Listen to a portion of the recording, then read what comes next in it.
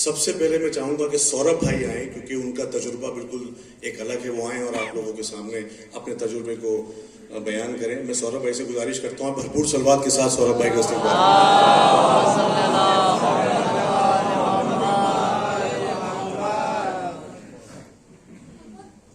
वली भाई आपने यहाँ बुलाया।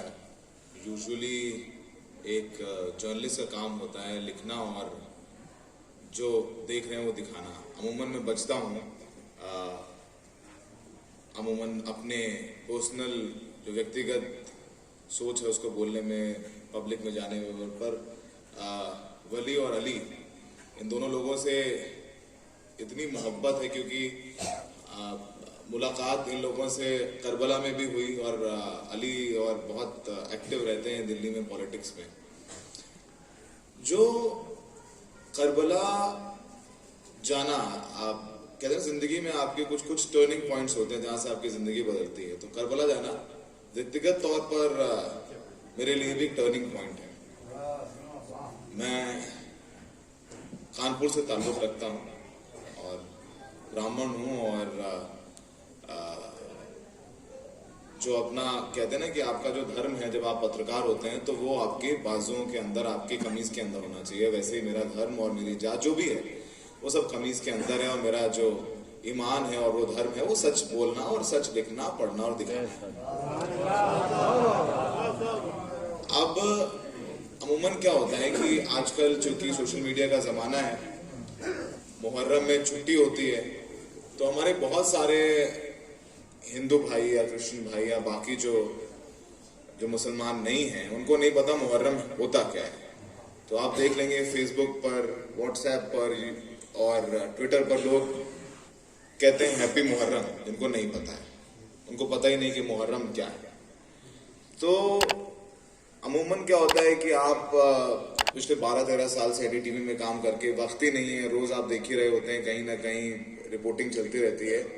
हमारे अशरफ भाई हैं ईरान कल्चरल सेंटर में, उन्होंने कई बार कहा कि ईरान इराक चलेंगे लेके आपको। तो इन्होंने हमसे कहा कि इराक, सौरभ भाई इस बार अरबईन में आप चलिए और देखिए कि वहाँ पर कैसे करबला में दुनिया की सबसे पीसफुल गैदरिंग होती है।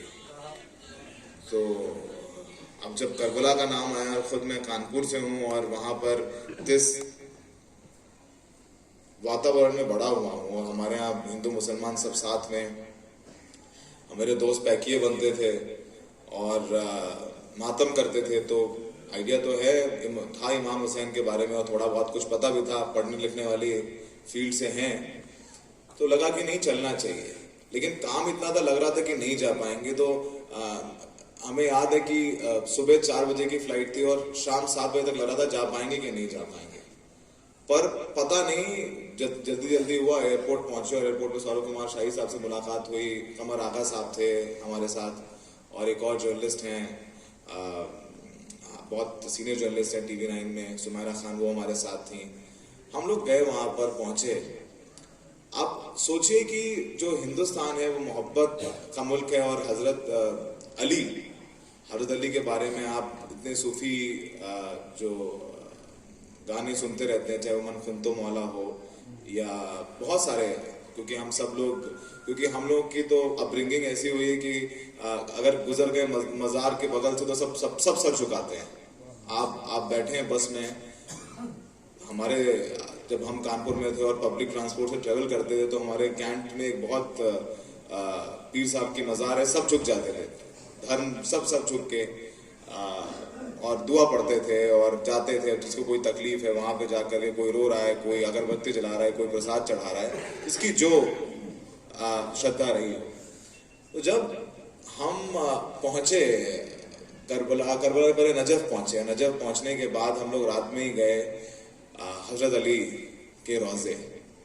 तो इतनी भीड़, अरबईन के पहले तो वाकई बहुत भीड़ होती है, मतलब लाखों लाख लोग होते हैं वहां पर। तो वहां पे अपनी जमीन जहां 2 पैर जमा के खड़े होना कितना मुश्किल होता है। तो लेकिन सबसे बड़ी बात यह है कि अमूमन क्या होता है कि आप जब हिंदुस्तान में, आप इस समय उस माहौल में इतनी मिस इन्फॉर्मेशन है, इतना झूठ फैलाया जाता है सोशल मीडिया के जरिए कि मत पूछिए क्या है क्या नहीं है। नजफ में उतरने के बाद हजरत अली के रोजे पहुंचे हम लोग और जाके जब वो उनकी जरी जो है हमने हाथ से छुई, बड़ा मुश्किल था, बहुत लोग भीड़ धक्का धक्की कर रहे थे। तो जबकि अशरफ भाई ने कहा भी कि सौरभ भाई आप को चोट लग जाए, आप दूर से ही आप कर लें, सलाम कर लें और आप जो दुआ पढ़ना चाहते हैं करें। नहीं, मैंने कि नहीं, यहाँ तक आए तो हजरत अली के जरूर, और धक्का मुक्की करके शायद अशरफ भाई ने एक बार छुआ और हमने 2 बार छुआ। और जब बाहर निकले तो सौरभ शाही साहब से हमने कहा कि देखिए मैं हिंदू हूं और एक बार भी किसी ने मेरा धर्म नहीं पूछा कि आप किस मजहब से हैं, किस जात से हैं, किस देश से हैं, किसी ने नहीं पूछा। सबने, कोई बड़ा खुश हुआ तो कोई कह रहा है मेरा फोन पकड़ लीजिए, मेरी तस्वीर खींच दीजिए। और बहुत सारे हमारे भाई वहां मिले जो पाकिस्तान से थे। हमारे फ्लाइट में हमारे साथ एक पाकिस्तान के साहब बगल में बैठे हुए थे हमारी फ्लाइट में। उन्होंने हमारे हाथ पे कलावा देखा, पूछे कि आप कहाँ से हैं भाई? मैंने कहा कि मैं हिंदुस्तान से हूँ। बोले आप हिंदू हो? मैंने कहा मैं हिंदू हूँ। करे तो फिर आप क्या आप जा रहे हो, चले जाओगे, आप करबला जा रहे हो? मैंने कहा हाँ, क्यों? उनको बड़ा आश्चर्य हुआ, कह रहे आप हिंदू हो, कैसे जा रहे हो करबला? तो मैंने कहा कि भाई उसमें क्या हो गया, हिंदू हो क्यों नहीं जा सकते हैं? क्या इमाम हुसैन ने जो सीख दी वो क्या सिर्फ शियाओं के लिए, मुसलमानों के लिए, या जो रामचंद्र जी सिखा गए अच्छी बात, तो क्या सिर्फ वो हिंदुओं के लिए? आप अच्छी बातें कहीं से भी सीख सकते हैं। तो उनको तो यकीन ही नहीं हो, उनको लगा कि आप वाकई में हिंदू हो, आप करबला जा रहे हो, आपको लौट के हिंदुस्तान जाओगे तो आपको कोई कुछ कहेगा नहीं। मैंने कोई क्यों कुछ कहेगा? मैंने देखो मैं गले में रुद्राक्ष पहनता हूँ, मैं आपके साथ जा रहा हूँ और जहां आप सजदा करोगे वहां मैं सजदा करूंगा। शायद आप दुआ करोगे, वो दुआ पढ़नी ना आती हो मुझे, लेकिन मेरी भावनाएं उतनी ही प्योर है जितनी की आपकी। तो वो पाकिस्तानी भाई हमारे इतने ज्यादा प्रभावित हुए कि नजफ एयरपोर्ट पे हम लोग थे तो मिलने आए। जब उनका वो डॉक्यूमेंटेशन पूरा हो गया, गले मिलके गए, उन्होंने बोला कि मैं जाऊंगा पाकिस्तान वापस तो बताऊंगा लोगों को कि मेरा एक हिंदू भारतीय इंडियन मिला था, और इस तरीके से वो वहां पर गए।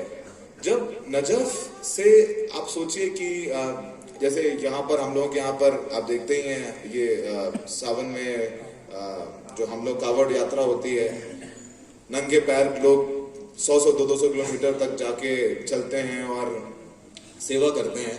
शायद उससे बहुत 100 गुना ज्यादा बड़ा वहां पर वो यात्रा चल रही थी। इतनी गर्मी में लोग वहां पर चल रहे थे और बहुत खूबसूरत लगता है ना कि जब आप किसी पराये मुल्क में हो और आपको हिंदुस्तानी झंडा दिखे। तो वहां पर एक शख्स अपने छोटे बच्चों को लिए और उनकी जो प्रैम होती है ना, बच्चों को बैठा के उस प्रैम में हिंदुस्तानी झंडा लगाए और वो चल रहे थे। अब चूंकि हिंदुस्तान में हम जर्नलिस्ट हैं तो वहाँ जो हिंदुस्तानी के जो लोग वहां पर गए थे इस यात्रा में, तो वो पहचान गए। और जो मोहब्बत उनकी आंखों में दिखी, उनके लिए तो उनकी आंखों में जो मोहब्बत दिखी हमारे लिए कि सौरभ भाई आप यहाँ तक आएंगे, दिल निकाल के रखते हैं मेरे लिए। और वो जो भावनाएं मेरे उनके नहीं, जो हिंदुस्तानी उन्होंने देखा, जो वहां के भी इराक के, ईरान के, सबके मौके लगे होते हैं, खाने पीने रहने का इंतजाम करते हैं, वहां भी कोई नहीं पूछ रहा है कि सौरभ शुक्ला का नाम ये हिंदू है, मेरा नाम भी नहीं पूछा। तो जो वो शायद वली भाई को खिला रहे होंगे, उससे ज्यादा खिदमत उन्होंने हमारी करी कि मतलब क्या ही कह सकते हैं। तो नजफ, तो अब आप सोचिए, आप वो शूट करना शुरू किया। आप देखिए जब आप जर्नलिस्ट होते हैं ना, आपकी जिम्मेदारी ज्यादा होती है। क्या होता है कि आपको वो चीज समझनी होती है और फिर वो आपको इंडिया के 150 करोड़ लोगों को समझानी भी है, और उस आदमी को समझानी है, उस व्यक्ति को समझाना है, इसको पता ही नहीं है कि इमाम हुसैन कौन है। नहीं, बहुत सारे लोगों को नहीं पता होता है। तो आपकी जिम्मेदारी कि आपको शूट भी करते रहना है कि यार वो एक आदमी जो अपनी जिंदगी की पूरी कमाई इकट्ठा कर रहा था कि उसे करबला पहुंचना है। कितने ही लाखों लोग होंगे जो अपनी रोज हर महीने की तनख्वाह से 50 रुपए, 100 रुपए, 200 रुपए, 300 रुपए इकट्ठा करते हैं कि एक दिन वो उस यात्रा में जाएंगे। तो उस आदमी की वो श्रद्धा, वो आप उस 10 मिनट की स्टोरी में कैसे दिखाएंगे, बताएंगे, वो एक बहुत बड़ा चैलेंज होता है जर्नलिस्ट के लिए। तो हम वो शूट करते हुए भी चल रहे थे, गर्मी इतनी, लेकिन मतलब आप वहां पहुंच गए। अगर आपका टिकट का ही पैसा लगेगा और आप वहां पहुंच गए तो आपका 1 रुपया खर्च मतलब होगा ही नहीं, उसकी गुंजाइश ही नहीं है। क्योंकि शायद वहां पे कोई दुकान ही नहीं है कि आप कहाँ खर्च करोगे, दुकान ही नहीं, क्योंकि वो दुकान में जो सब कुछ मिलता है आपके लिए खाने पहनने ओढ़ने के लिए, वो सब कुछ वहां मौजूद है। आप कहीं सो जाइए, वहीं एसी, कहीं कुछ भी खाइए, और खाने की भी वैरायटीज ऐसी कि मतलब मत पूछिए कैसी। हम एक मौके में पहुंचे, वहां पर एक साहब थे, वो बेंगलोर के थे, अशोक भाई बेंगलोर के थे, हाँ हाँ, आगा सुल्तान साहब, उनका मौक़िफ़ था।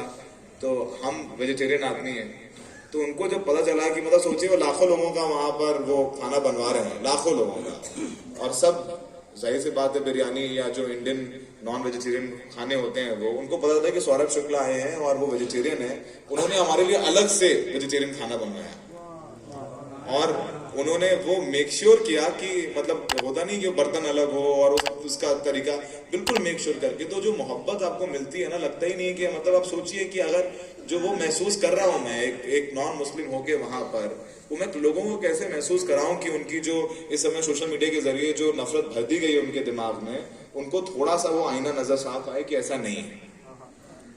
बहुत मोहब्बत है, और पीसफुल गैदरिंग भी तो ऐसी तो करबला पहुंचने के बाद शायद बहुत लोग वहां पहुंच करके, और जैसे आपने बताया कि हमने हजरत अली की जो हमने उनका जो वो टच किया, जरी टच किया, हमने हजरत इमाम अब्बास का भी और इमाम हुसैन का भी। इमाम हुसैन का तो आप सोचिए कि क्या होता है कि अंग्रेजी में कहते हैं कि हाउ नेचर कॉन्स्पायर्स, यानी वो ऊपर वाला जो है कैसे आपके लिए कॉन्स्पायर करता है, साजिश तो नहीं कहेंगे लेकिन ऐसा रच देता है कि सोचिए कि आप सब लोग भाई तो गए थे, आप सब लोग भी कभी गए होंगे, किसी को अरबईन के दिन 2 बार झरी टच करने को मिली है?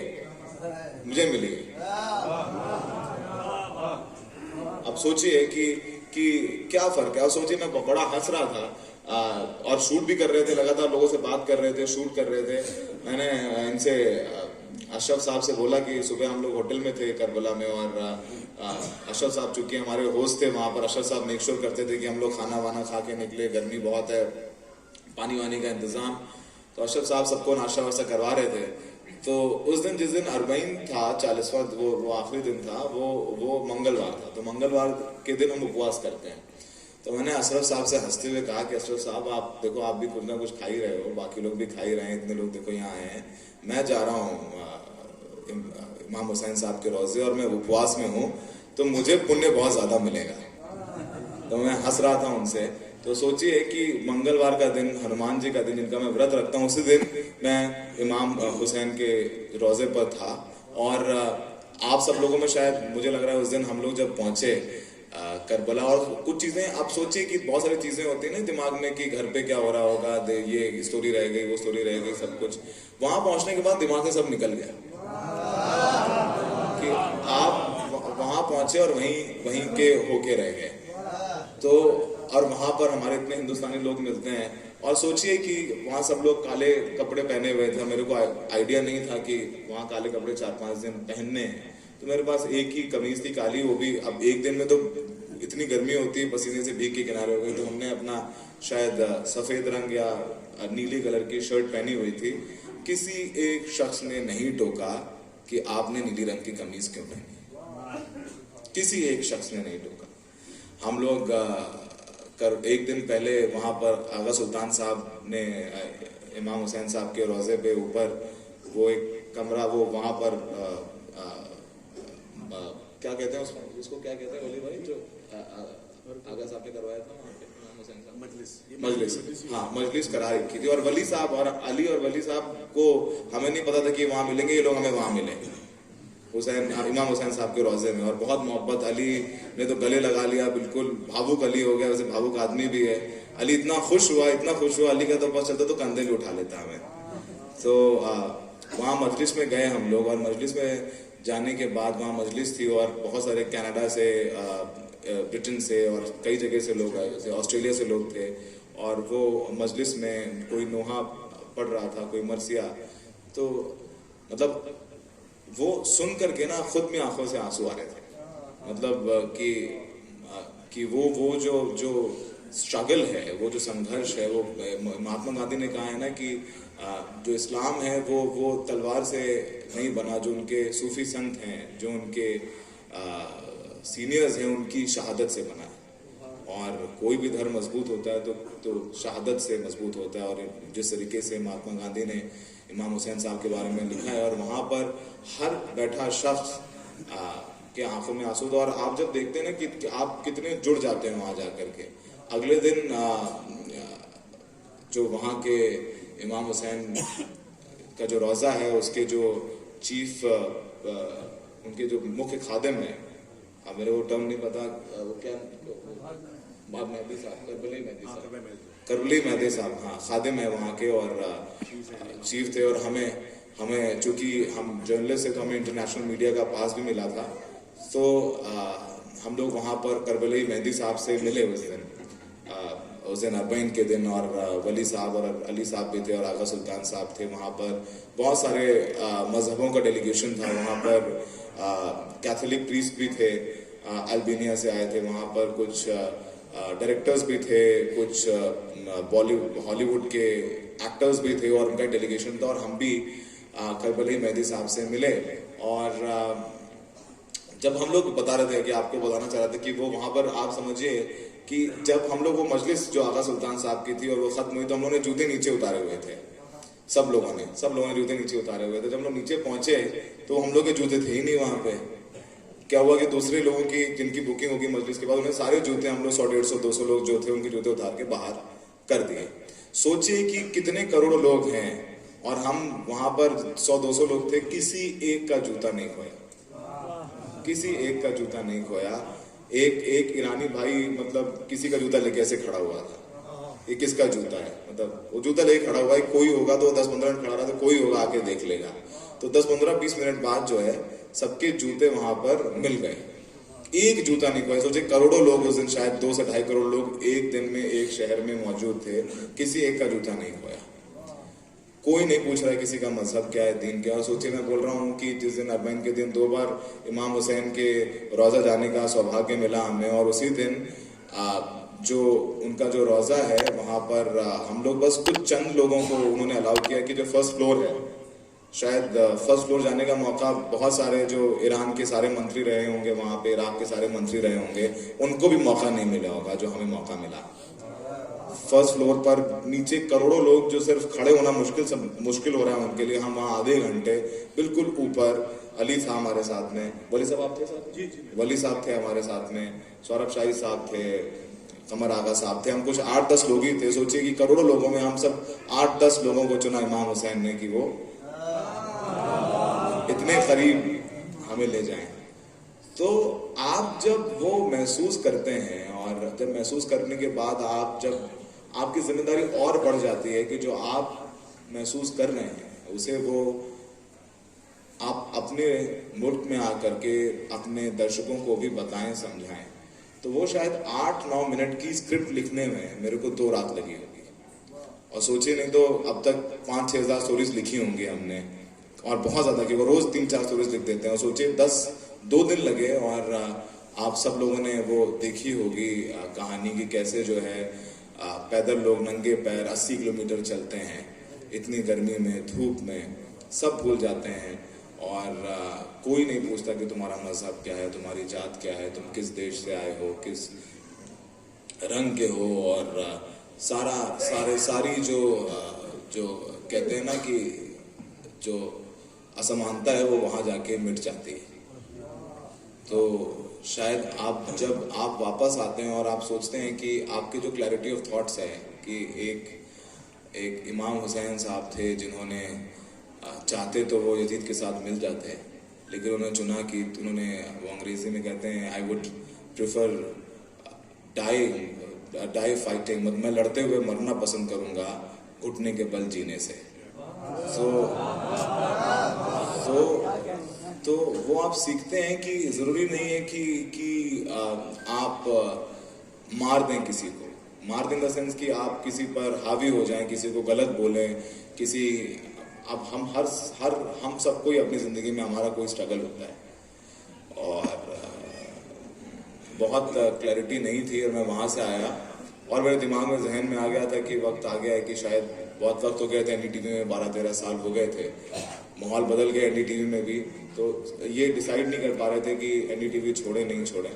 और इमाम हुसैन के रोज़े से आए और लगा कि नहीं, अब ये जो स्ट्रगल है वो जारी रहना चाहिए, वो चलते रहना चाहिए। और वहाँ से आए, फिर हम बनारस गए, काशी विश्वनाथ के दर्शन किए और ये डिसाइड कर लिया कि एनडीटीवी छोड़ना। क्योंकि जैसे रवीश कुमार साहब को जब मैक्सिस में मिला तो क्योंकि इतिहास तो बहुत बड़ा होता है, और इतिहास तो होता नहीं ना 8-9 साल तो कुछ भी नहीं होते हैं। जब इतिहास लिखा जाता है 100 साल बाद, 200 साल बाद, 300 साल बाद, तो ये ज़रूरी है। और अपने आप को भी जब आप बुजुर्ग हो जाएं, पता नहीं कब किसकी कितनी ज़िंदगी है, लेकिन आप जब हों अपने आखिरी दौर में, जब आँख बंद करके आप पीछे देखें तो आपके आगे आपकी ज़िंदगी सर उठा के खड़ी होनी चाहिए।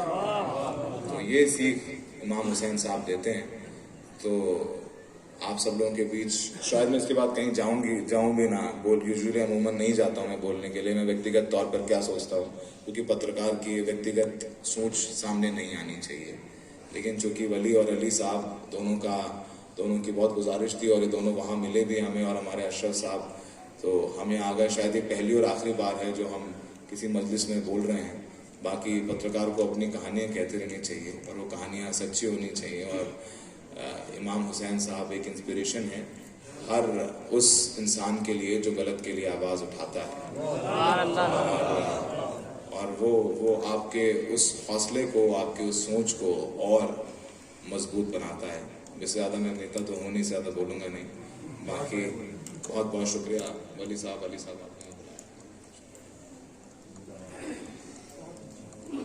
बहुत शुक्रिया सौरभ शुक्ला साहब।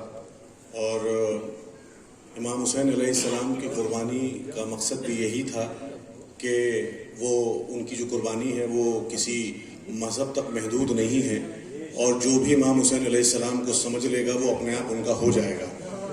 हमारी बानी मजलिस की सिर्फ जिम्मेदारी इतनी है कि हम जिस अंदाज से फर्श अज़ा बिछानी चाहिए, जो मकसद इमाम ज़माना है, हम सिर्फ उतना काम करें। बाकी जो यहाँ आ गया वो काम बाकी इमाम हुसैन का वो खुद उसको अपना बना लेंगे।